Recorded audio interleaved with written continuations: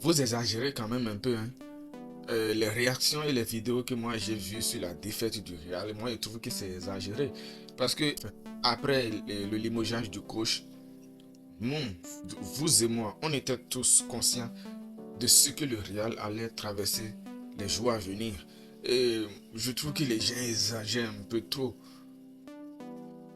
En tout cas, à mon avis, moi, je pense que perdre ce genre de match pour le Real Madrid à l'heure actuelle, c'est la meilleure chose qui pourrait nous arriver. Surtout aux joueurs. Parce que là, ils vont prendre conscience que en réalité, leur problème, le problème du club n'est pas lié au coach uniquement. Ils ont une grosse responsabilité dans tout ce qui se passe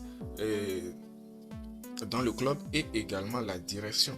En tout cas, pour nous, c'est la direction. Mais les joueurs doivent prendre conscience que ce qui se passe, le problème que traverse le club actuellement est en grande partie de leur faute. Sinon, si des gens prennent parti, et certains sont pour Mbappé, certains sont pour Vinicius, certains sont pour Perez et d'autres pour le coach, ça ne va pas marcher.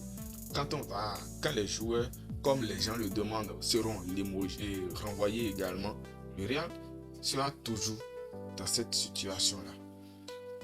Quand Xabi Alonso est venu, il n'a pas traversé grand-chose. Il a su nager en coupe, la Coupe du Monde des clubs n'était pas vraiment une compétition où on comptait sur lui.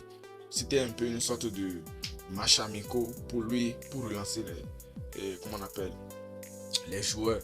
Le championnat a commencé et il n'y a pas eu de grands trucs. Là, on a rencontré des petites équipes jusqu'au FC Barcelone. Non? Toutes les grandes rencontres, nous avons perdu. Sauf la dernière victoire sur le FC Barcelone avec Xabi Alonso. Je pense que pour Abeloa, la meilleure leçon, c'est vraiment cette défaite-là. Pour corriger des choses. Le club n'est pas serein. Nous, au Real Madrid, on a tellement gagné que traverser cette zone de turbulence-là, c'est beaucoup trop dur pour nous. C'est pour ça que je comprends la réaction de beaucoup de personnes.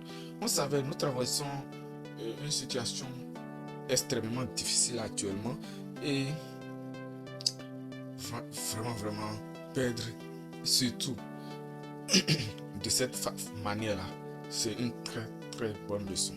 C'est le meilleur conseil que le football pourrait donner au Real Madrid actuellement et surtout à la direction pour savoir qu'il y a tellement de choses à corriger dans cette équipe-là. Ouais, moi, je n'ai pas été étonné que ça.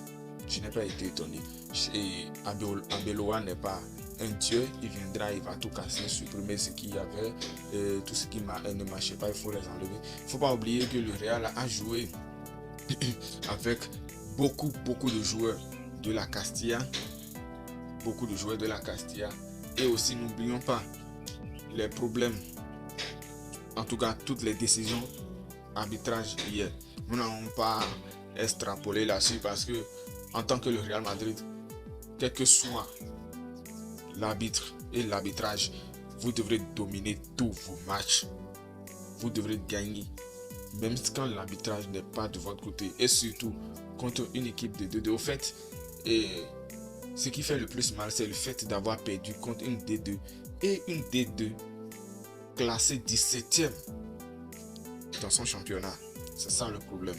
Sinon, en vrai, moi, je ne suis pas si étonné que ça.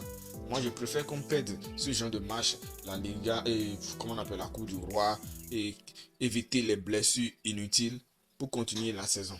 Même si le Real faisait une saison blanche. En tout cas, c'est très grave pour nous parce que nous, les Madrilènes, nous ne sommes pas habitués à ce genre de choses. Et c'est très rare. C'est le Barça qui connaît souvent ce genre de trucs. Maintenant, c'est le tour du Real Madrid. Nous allons souhaiter bonne chance au club, aux joueurs et tout. Franchement, ça fait mal, ça fait mal. Ça fait mal quand même en tant que Madrilène.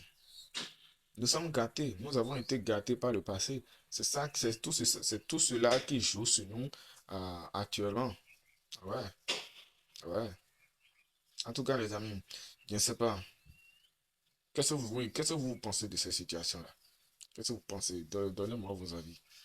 C'est compliqué, hein. Ouais, c'est compliqué. Le Real Madrid actuellement, aïe, c'est une casse-tête. C'est une casse-tête. Mais j'ai confiance en cette équipe.